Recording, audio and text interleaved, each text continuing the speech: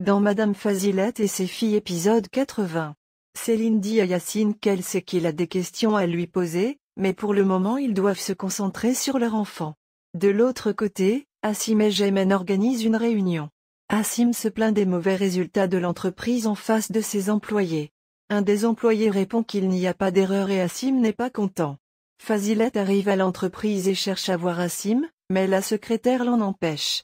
Fazilette en colère dit qu'elle est la belle-mère de Hassim donc elle a le droit de voir Hassim. Fazilette évite la secrétaire et court et se dirige vers Hassim.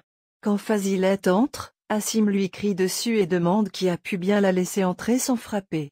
Fazilette se met à dire qu'elle n'a rien fait, elle dit qu'elle n'a pas touché le tableau. Hassim ne veut pas l'écouter et Fazilette dit que la personne qui a détruit le tableau est bien Yasmine. Hassim ne veut rien entendre et accuse Fazilette de voir tout mettre sur le dos de Yasmine. Hassim appelle la sécurité pour mettre Fazilette à la porte. Dans le quartier, Soukriye cache l'argent qu'elle a volé à Céline dans un bol. Céline et Yacine rentrent dans la maison tout tristes, elle les demande ce qui ne va pas. Céline lui annonce qu'elle sera grande-mère, en effet, Céline attend un enfant de Yacine. Soukriye est alors dans une grande joie. Dans la voiture, et c'est triste appelle sa sœur pour la réconforter, mais c'est la secrétaire qui décroche l'appel. La secrétaire lui dit que Hassan est en shooting photo, et c'est les rejoint. De l'autre côté, on attend toujours Hassan pour le shooting photo, mais elle est absente. Yagis demande aux employés d'aller se reposer. Sinan et Hassan sont toujours dans la pièce bloquée. Sinan met de la musique et se met à danser, Hassan lui demande ce qu'il fait. Sinan ne dit rien et continue sa danse en augmentant le son.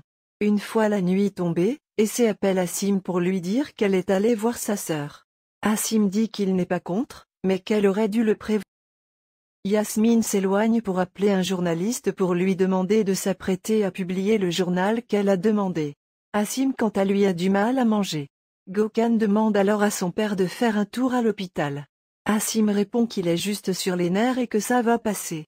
Gökhan lui annonce que Yagis a décidé d'investir tout son argent dans le projet, cela coupe l'appétit à Hassim qui s'en va. La nuit Hassan et Sinan sont toujours enfermés et Hassan accuse Sinan de s'être entendu avec son frère. Sinan dit qu'il n'a rien à voir avec tout cela car Yagis l'a fait de son propre chef et il commence à parler du fait que Sinan ait piégé Hassan dans la chambre de l'hôtel cette nuit-là. Sinan dit alors que Hassan est la responsable de tout ça parce qu'elle veut lui faire payer. Cela met Hassan hors d'elle qui finit par dire qu'elle sait qu'elle se mentait à elle-même en disait qu'elle partait pour protéger sa sœur car elle était amoureuse de Sinan. Elle lui dit la seule raison et si elle là-bas, c'est pour qu'il voit cette femme masculine dans cette robe avec ce maquillage. De l'autre côté Yagis est assis en train de penser, et c'est arrivé lui demande où se trouve Hassan. Yagis répond qu'il ne sait pas où se trouve Hassan. Et c'est se charge alors d'aller retrouver sa sœur ailleurs. De l'autre côté, Hassan dit à Sinan que peu importe ce qu'il ait fait ce jour-là, elle lui demande d'imaginer si ça n'avait pas été elle, mais plutôt sa petite sœur Essé qui était allée là-bas. Elle lui dit que cette nuit-là, il a détruit sa personnalité, son image, et il l'a salie. Sinan n'est pas content d'entendre Hassan dire cela qui finit par casser la table. Hassan vient vers lui pour bander sa main. Sinan dit qu'il n'arrive pas à croire que Hassan le voit ainsi, Sinan dit qu'il a la haine contre lui-même, qu'il se déteste lui-même pour ce qu'il a fait à Hassan et pour ce qu'ils se sont fait. Hassan dit qu'il ne veut pas qu'il se déteste, mais juste qu'il se rachète pour ce qu'il a fait. De l'autre côté, Essé demande à Yagis de retrouver sa sœur, Yagis demande à sa sœur ce qu'elle fait là. Essé se décide d'aller chercher Hassan. Yazig s'énerve et demande de ne lui déranger. De déranger? Essé ne comprend pas de quoi Yagis veut pas.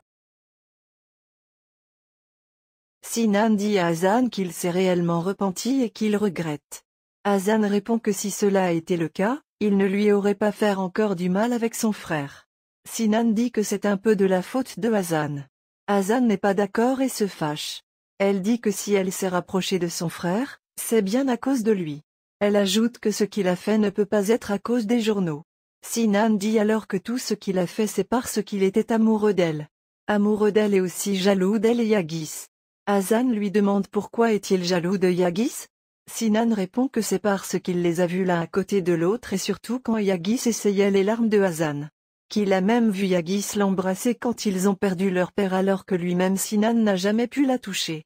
Il dit qu'il ne supportait pas de voir tout cela. Hazan répond que si elle a fait tout ça c'était parce que Yagis souffrait de la mort de leur père Asim. Sinan réplique aussi en disant que lui aussi avait besoin de son soutien. Hazan reproche aussi à Sinan d'avoir caché ses sentiments. Elle ajoute aussi qu'elle a voulu être auprès de lui mais il s'est éloigné d'elle. De l'autre côté, Yazig avoue à Essay qu'il a enfermé Hazan et Sinan dans une maison pour qu'ils discutent mieux. Essay répond alors que ce n'était pas une bonne idée de faire cela. Elle dit qu'en tant que sœur d'Hazan elle n'aurait pas pu faire cela. Et que faire cela sans leurs avis est très grave. Yagis répond qu'il a fait ce qu'il fallait faire. Répond qu'elle sait que Yagis n'a pas fait cela pour son frère Sinan.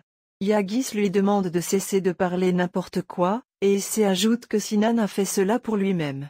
Car il a fait cela pour éloigner Hazan de Sinan.